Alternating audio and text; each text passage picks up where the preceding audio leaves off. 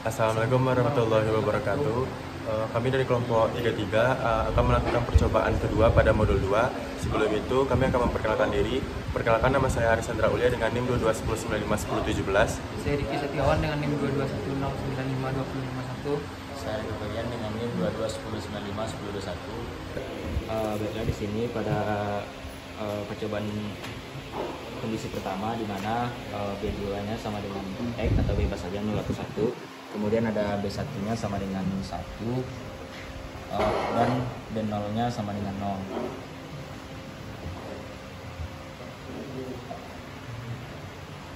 Baiklah, kita jalankan saja.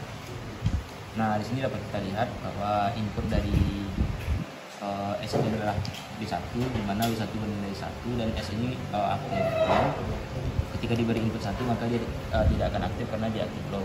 Kemudian dari R, inputnya itu dari B0, B0-nya bernilai 0. Ketika R diberi inputan 0 maka dia akan aktif karena dia aktif low, dan kondisi maka akan menghasilkan Q-nya sama dengan 0 dan Q-bar-nya sama dengan 1, atau kondisi reset, di mana jika R-nya sudah aktif dan S tidak aktif, dan C, karena yang lainnya tidak diabaikan saja, sehingga dihasilkanlah output 01 atau kondisi reset. Baik, pada yang percobaan yang kedua, yaitu B1-nya bernilai 0, lalu B0-nya bernilai 1, dan B2-nya bernilai bebas. Jika dijalankan maka menghasilkan output 10. Hal ini dikarenakan pada flip-flop ini menggunakan aktif low. Ketika input dari B1 yang itu berlogika 0 masuk, maka ini akan aktif menghasilkan output 1. Lalu input dari B0 akan masuk dengan logika 1. Karena aktif low maka ini akan menyebabkan keybar tidak aktif, sehingga output dari rangkaian ini bernilai 10 atau dalam keadaan set. Ya.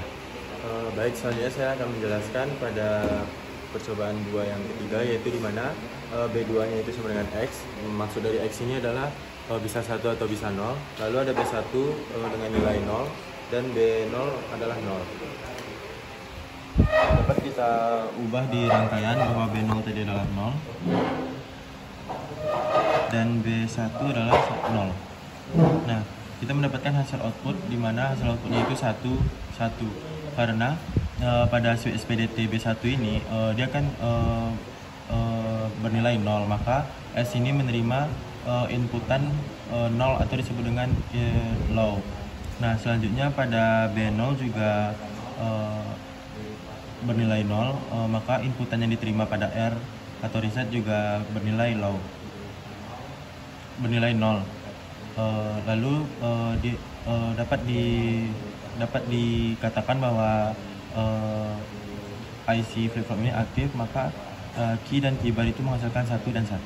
Nah, selanjutnya ada percobaan kedua nomor 4, di mana B2-nya diaktifkan ke clock, lalu B1-nya bernilai 1 dan B0 bernilai 1. Nah, dapat kita aktifkan B1 bernilai 1, B0 bernilai 1.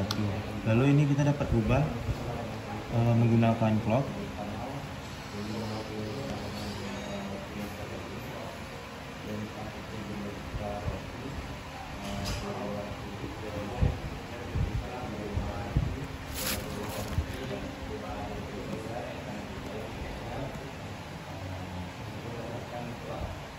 Dapat kita hubungkan kaki clock pada IC flip-flop ini ke di clock yang ada di Proteus. Nah, setelah kita jalankan, maka kita akan mendapatkan hasilnya yaitu